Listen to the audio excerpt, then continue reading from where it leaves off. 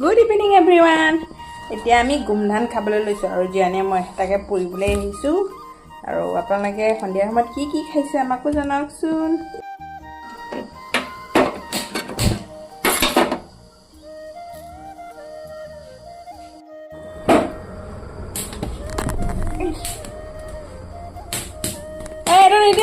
গোমধান লৈছোঁ, তাতে নিমখ অকণমান দি দিছোঁ আৰু এয়া ৰেড চিলি পাউডাৰ এয়া দি দিছোঁ অকণমান, আৰু তাতে অকণমান নেমু চেপি দিছোঁ।